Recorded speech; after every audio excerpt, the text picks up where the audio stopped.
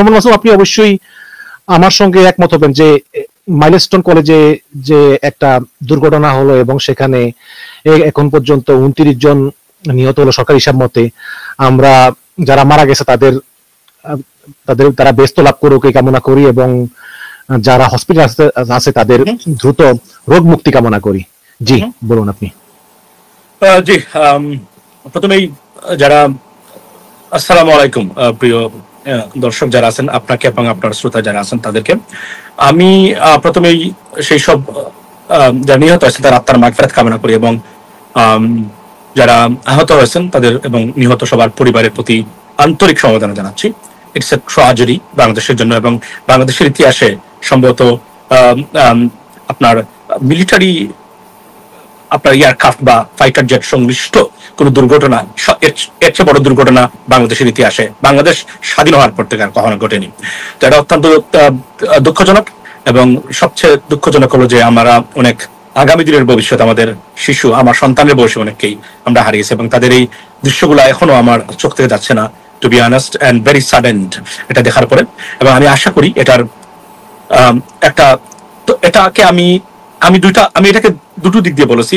Either এটা ভারতীয় ষড়যন্ত্র হতে পারে, nothing can be ruled out in regards to Indians involvement, আর আরেকটা হলো নিছক দুর্ঘটনা। এর বাহিরে আমি আর কোনো কিছু দেখি না। এটাও দুর্ঘটনা হবে যদি ভারত এটাকে ইন্টারফেয়ার করে থাকে, সিস্টেম জ্যাম করা, এগুলা প্রশ্ন উঠতেছে।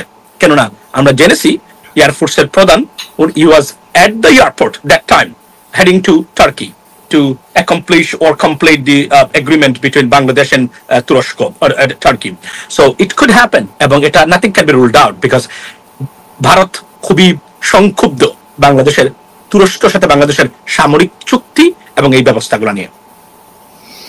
জি, আমরাও শুনতেছি যে তুরস্কের সঙ্গে কিছু ডিল হচ্ছে, যে অস্ত্র, তারপরে ড্রোন, এইসব ব্যবস্থাপনা নিয়ে, এবং এই জন্য স্বভাবতই ভারত ক্ষুব্ধ, এবং আপনি মনে করছেন সেই থেকেই আসলে এটা হতে পারে,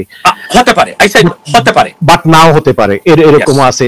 যাই হোক, অবশ্যই আমরা আশা করি যে সঠিক তথ্য বেরিয়ে আসবে তদন্তের মাধ্যমে। যাক, আমরা ফিরে আসি আমাদের আজকের টপিকে। সম্প্রতি আমরা দেখলাম যে গত 11ই জুলাই বিএনপির মিডিয়া সেলে তারা কিছু লোকের ছবি দিয়েছে, এদের নাম দিয়েছে জুলাই হিরো। এদের ভিতর কিছু কিছু ছবি আছে অত্যন্ত বিতর্কিত ছবি, এবং আমি আসলে আমার ধারণার বাইরে, আমার বোধগম্য না যে আসলে এরা জুলাই হিরো কিভাবে হয়। মাসুম ভাই, আপনি, আচ্ছা আমার কথা আমি বাদ দিলাম, আমি ওরকম বড় ইউটিউবার না, আপনি আমার দেখা মতে অনেক আগে থেকে, এবং বর্তমানে যেসব প্রতিষ্ঠিত ইউটিউব চ্যানেল আছে অনেক আগে থেকে আপনি প্রায় সাংবাদিক ইলিয়াসদের প্রায় সমানই আপনি আছেন, এবং আপনি আপনার লাইফে আমি কখনো দেখিনি যে বিএনপির বিরুদ্ধে একটা কথা বলতে। সেই বিএনপি আপনাকে, মানে আপনার ছবি এখানে নাই, কিন্তু এমন অনেক ছবি আমি দেখছি যে এদের কি অবদান আমি তো জানি না, এবং এদের অনেকে আসলে বিএনপির বিরুদ্ধে খাটতেছে। তো এই ব্যাপারে আপনি কি বলবেন? Thank you. এখানে বলাটা কি যে আমরা যখন শুরু করেছিলাম যে কয়েকজন, আমি সেই থেকে আজ পর্যন্ত আমরা ইভেন তো কঠিন সময়, আপনি জানেন আমরা একটাই শপথ ছিল, বিএনপির সমালোচনা করা যাবে না আওয়ামী লীগের সময়, কেননা ভুল তারা করতেছেন, নেতৃত্বের ভুল আছে, সবকিছু আছে, সবাই এই কাজটা করেছেন। একমাত্র আমি মনে এই একমাত্র ব্যক্তি যিনি বিএনপির সমালোচনা করি নাই, এবং বিএনপির জিয়া পরিবারের কারো কখনোই করি নাই, এখনো করবো না, সমালোচনা কখনোই করে না, লেট অ্যালোন তারেক রহমানের মানে যারা আছেন তারা। এর মানে না যে আমাকে লিস্ট রাখতে হবে, লিস্টে না রাখলে সমস্যা, এটা আসলে বক্তব্য না। বক্তব্যটা হলো যে এখানে যে লিস্টটা আপনি নিয়ে এসেছেন, আসলে এটা নিয়ে আমি কথা বলি না এভাবে, তবে তাদেরকে লিস্ট করার দায়িত্বটা কে দিয়েছে আমি জানি না। এখানে একটা জিনিস কি, বিএনপির এখন কথা বলা দরকার, কেননা কথা না বললে সারা জীবন এভাবে থেকেই যাবে বিষয়গুলা। বিএনপির ভিতরে সবচেয়ে বড় যে প্রবলেমটা আমরা দেখা দিয়েছে, এখন আমরা প্রাণ খুলে বলি, কারণ 2 দিন পরে বিএনপি হয়তো ক্ষমতায় যাবে, সো আমাদের কথাবার্তা এখন আর কিছু যায় আসে না, যেহেতু আওয়ামী লীগ এখন ক্ষমতায় নেয়। সবচেয়ে বড় যে সমস্যা, যাবে আমি শঙ্কিত যে কারণে, ইভেন বিএনপি যদি রাষ্ট্র ক্ষমতায় যায়, বুদ্ধিদীপ্ত বা ইন্টালেকচুয়াল পলিটিক্স এন্ড পলিটিশিয়ানস এর অভাব, প্রচন্ড অভাব। আপনি হাতে গোনা 2 থেকে 3 জন মানুষের বাহিরে ইন্টালেকচুয়াল রাজনীতি করার বা পরিবর্তন আনার যে অভিপ্রায় নিয়ে রাজনীতির করার মতো নেতা শূন্য BNP. This is the biggest problem. এবং তারই একটা বহিঃপ্রকাশ কিন্তু এই লিস্টটা। এটা কিন্তু তারই একটা বহি প্রকাশ, কিন্তু আপনার এই এই এই এই যে লিস্টটা তারা করেছেন মিশন ভাই, টু বি অনেস্ট এইটা হচ্ছে তারই বহি প্রকাশ। না হলে এই সময়ে সে নিজের মানুষগুলাকে রেখে এমন কিছু মানুষকে এখানে অন্তর্ভুক্ত করে এই লিস্টটা আপনার, এর মানে হচ্ছে যে সোশ্যাল মিডিয়া অ্যাক্টিভিস্ট যারা অ্যাগ্রেসিভলি বিএনপিকে অ্যাটাক করতেছেন তাদের বয়ে তটস্থ এবং আতঙ্কিত বিএনপি। এটা হচ্ছে সিমটম, এটা হচ্ছে অন্যতম সিমটম হলো প্রচন্ড আতঙ্কিত। আর সেকেন্ড থিং হলো ওই যে বললাম ইন্টেলেকচুয়াল এবং বুদ্ধিদীপ্ত রাজনীতি, স্ট্র্যাটেজিক রাজনীতি করার যে ক্ষমতা বিএনপির নাই, সেটা কিন্তু এখানে প্রমাণিত হয়েছে। যে কারণে আমরা শেখ হাসিনার মতো ফেসিস্টকে আমরা 17 বছর আমরা অ্যাবজর্ভ করতে হয়েছে, বারবার মিস্টেক ভুল করার কারণেও। সারা পৃথিবী তার বিরুদ্ধে ছিল, ক্ষমতা থেকে সরানো যায় নাই। অথচ বিএনপি আপনি 28 অক্টোবরে দেখেন 28 লক্ষ মানুষ, মানে কত লক্ষ মানুষ ঢাকাতে জড়ো হয়েছিল, সেখান থেকে তারা চলে গেছে। অর্থাৎ বারবার বেগম জিয়ার বাড়ির আপনার সামনের যে ট্রাক মানে বালুর ট্রাক থেকে শুরু করে ব্যর্থতার সুলকলা পূর্ণ করেছিলেন তারা। যদিও এই সুযোগটা এখন এই নতুন বাংলাদেশের সবচেয়ে বড় সুবিধা নিচ্ছেন মানে বিএনপি যারা আছেন, কিন্তু এটার মূল যে দাবিদার আমরা সোশ্যাল মিডিয়া থেকে আমরা যারা শুরু করেছিলাম, তারপরে হচ্ছে প্রবাসীরা, তারপরে হচ্ছে অন দ্য গ্রাউন্ডে যারা কাজ করেছেন, এটা রেখে আপনারা লিস্ট করেছেন মাসুদ কামালকে। এখানে সবচেয়ে আমি কয়েকটা নাম আছে এর মধ্যে যারা স্বৈরাচার বলতে পারতো না, জীবনে স্বৈরাচার বলতে পারে নাই, এরা নাকি রুট টু জুলাই এখানে যে ইডিয়ট এই লিস্টটা করেছে। আমি তীব্র প্রতিবাদ জানাই। আমি মনে করি এটা ইতিহাস বিকৃতির চূড়ান্ত ধরনের হাইনার মতো কাজ করেছে যা এই কাজটা যিনি করেছেন, এই বিএনপির মিডিয়া সেল বা আমি এটাকে বলি যে বালের সেল, টু বি অনেস্ট, যারা এটা পরিচালনা করে থাকেন। আমি জানি না এই পেজের অস্তিত্ব ছিল না। আমরা যখন লাইভ করতাম আমরা বিএনপির পেজ খুঁজতাম, একটা পেজ আছে কিনা যেখানে শেয়ার দিতে পারি বিএনপির পক্ষে কথা বলা, তারেক রহমানের পক্ষে কথা বলা, বেগম জিয়ার পক্ষে কথা বলা, আমরা সেখানে পাইনি। 2018 সালে এই পেজটা ক্রিয়েট করা হয়েছে। তার আগ থেকে আমরা আমাদের অ্যাক্টিভিজম আমরা করি। তারা এগুলো করে, তারা এখন লিস্ট করে, এই লিস্টটা যে ইডিয়ট করেছে, আন্তর্জাতিক মানের একটা ইডিয়ট এবং প্রচন্ড রাজনীতিতে অজ্ঞ, স্ট্র্যাটেজিক ম্যানেজমেন্টে শিশু সুলভে কাজ করেছে, যেই কাজটা করেছে। আমি জানি এটা পরিচালনা করে খুন গর্দব বা গাদা ইডিয়ট যে এটা পরিচালনা করে এই পেজটা, কাকে দায়িত্ব দেওয়া হয়েছে বিএনপির পক্ষ থেকে এটা পরিচালনা করার জন্য? This is unbelievable.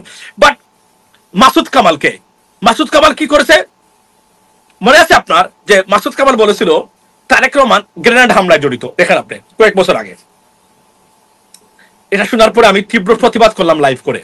1.7 মিলিয়ন হয়েছিল ভিউ ওই লাইভে।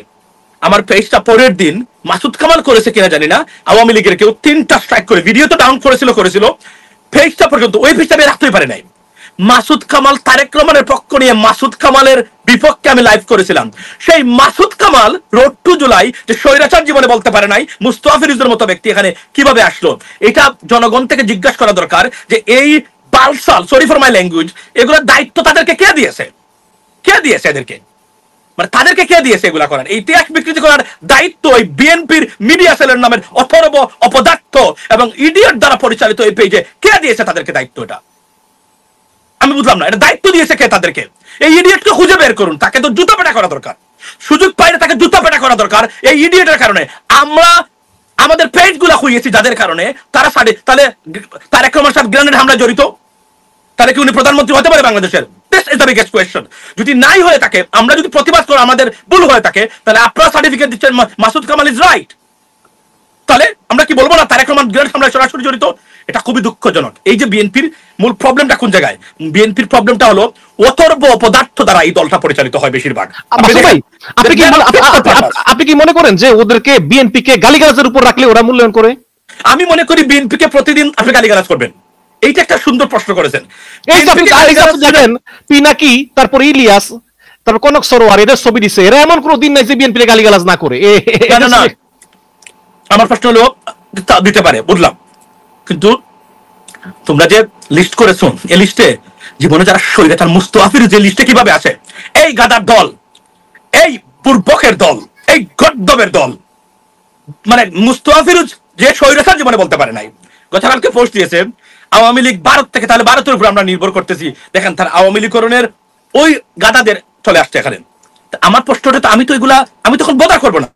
এখন আপনি বলছেন যে হ্যাঁ বিএনপিকে প্রথম গালি দিবেন, they will suck your dick, they will come here and suck your dick, sorry for my language, গালি দিবেন প্রতিদিন, দে উইল সাক ইউর ডিক, অথবা তার পায়ে ধরবে। কেননা অথর্ব, অপদার্থ, অযোগ্যদের মানে সবচেয়ে বড় যোগ্যতা হলো তারা আপনার পায়ে পড়বে যখন আপনি তাদেরকে অ্যাটাক করবেন। আপনি বদ্ধতা দেখাবেন, ভালো মানুষকে তারা চিনতে ভুল করেছে, এবং বিএনপি ভালো মানুষকে চিনতে ভুল করে, এজন্য বিএনপির আজকের অবস্থা। যদি নিরপেক্ষ নির্বাচন হয়, সেই নির্বাচনের রেজাল্ট আমরা নিশ্চয়ই দেখবো।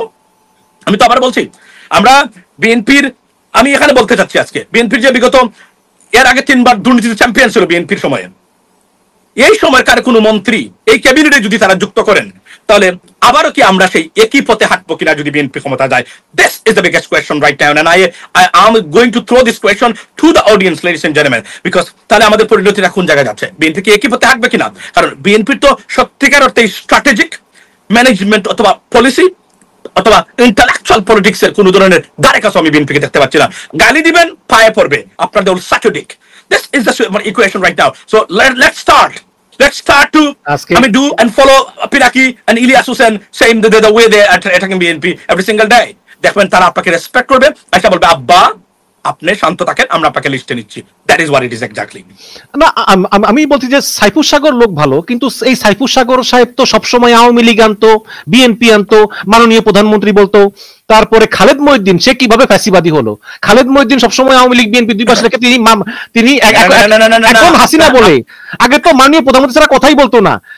হাসিনা টেবিল টক, হাসিনা তো এখনো সেই কলিমুল্লাহ, সেই মেজর আক্তার এদেরকে নিয়ে অনবরত রক্ষ করে। আপনার নাম এখানে কেন নেই? Because you respect BNP, that's why you don't have, your name is not there. You start to fuck them every single day. They will come in as a mission, Abba, how are you? How do you? Let's sit up and have a cup of coffee or tea. That's it. That's BNP. অতর্ব অযোগ্যদের এই দল নিশ্চয়, এবং এই পেজটা international গর্দব ছাড়া কেউ পরিচালনা করে না, এটা আমি নিশ্চিত করে বলতে পারি। এবং কোন গর্দবের বাচ্চা এটা পরিচালনা করে, এটা আমি দেখতে চাই। আমি sorry for my language, can not be stop anymore, enough is enough, let's start now. সব এক্স্যাক্টলি বুঝছেন, এই গাদার বাচ্চারা এই পেজগুলো পরিচালনা করে এবং তাদেরকে ইতিহাস বিকৃতির দায়িত্ব দিয়েছে কারা, এটা আমি জানতে চাই। এবং কে পরিচালনা করে আমি জানি, আমি শুনছি যে 3 জন নাকি ভারত থেকে পরিচালনা করে। এটা ভারতে কেন থাকবে বিএনপির মিডিয়া সেলের মানে admin? I'm not sure, but then I came to know. It's just I'm stunned. Bharat থেকে বিএনপির মিডিয়া সেল পরিচালিত হয়, তাহলে কি ইলিয়াস এবং পিনাকি প্রতিদিন যে কথা বলে বিএনপির ভারত কানেকশন, এটাই কি সত্য কিনা? This is the biggest question right নাও। এখানে মিজানুর রহমান আজাহারি এবং শায়খ আহমদুল্লাহ তারা অবশ্যই সম্মানিত দুজন আলেম, কিন্তু এই রোড টু জুলাই, এই জুলাই আন্দোলনে তাদের কি অবদান আপনি আমাকে একটু বলেন তো ভাই, আমি বুঝতে চাই। এটা শুনেন, এটা কি অবদান শুনেন। ওই যে গর্দব গুলার যখন মানে এক জায়গায় জড়ো হয়, এদের মাথা কাজ করে না। তারা মনে করেছে লিস্ট দিলে এরা বিএনপিকে সেরে কথা বলবে। That's not how you can tackle them. There are many nice ways you can tackle those social media activists when they attack you. তারা মনে করেছে আমি লিস্টে দিলে আমার এই যে বললাম না, এই যে গর্দব এবং গাদাদের দ্বারা পরিচালিত, এই জন্যই আজকের এই অবস্থা। এবং এখনো যদি সঠিক নির্বাচন হয়, কার ভবিষ্যৎ কিভাবে যাবে, কে কোথায় যাবে আমরা কেউ জানি না। এই জন্য আমরা চাচ্ছি একটাই স্লোগান, মার্কা নয়, দল নয়, ব্যক্তির দ্বারা পরিচালিত হোক, মানে আপনার ব্যক্তির যোগ্যতা হোক আগামীতে ভোট পাওয়ার অন্যতম। একজন বলছেন বিরালী আলমের জন্য বিএনপির অবস্থা। আপনি দেখেন বিএনপি সোশ্যাল মিডিয়াতে যাদেরকে নিয়োগ করেছে, মানে এই মুহূর্তে এদের মানুষের কাছে জিরো পারসেপশন। আমি বাংলাদেশ থেকে মাত্র আসলাম, yes they have a media connection, বা সাধারণ মানুষ এদেরকে ন্যূনতম কোনো রেসপেক্ট দেয় না। একজন ভালো মানুষকে তারা অন্তর্ভুক্ত করতে পারে নাই। যারা ভালো মানুষ ছিল তাদেরকে তারা ছুঁড়ে ফেলে দিয়েছে, তাদেরকে তারা অপমানিত করেছে। আপনার কল্পনা করেন, নিজেকে যারা জাতীয়তাবাদ, বাংলাদেশ জাতীয়তাবাদকে তারা প্রমোট করতো, এটাকে তারা ছুঁড়ে ফেলে দিয়েছে ইচ্ছাকৃত ভাবে। এই জন্য আমি বলছি, তারা যাদেরকে নিয়োগ করেছে ডিসগ্রেডেড অধপতিত মানুষ, যাদের সাধারণ পাবলিকের কাছে জিরো আপনার অ্যাকসেপ্টেন্স।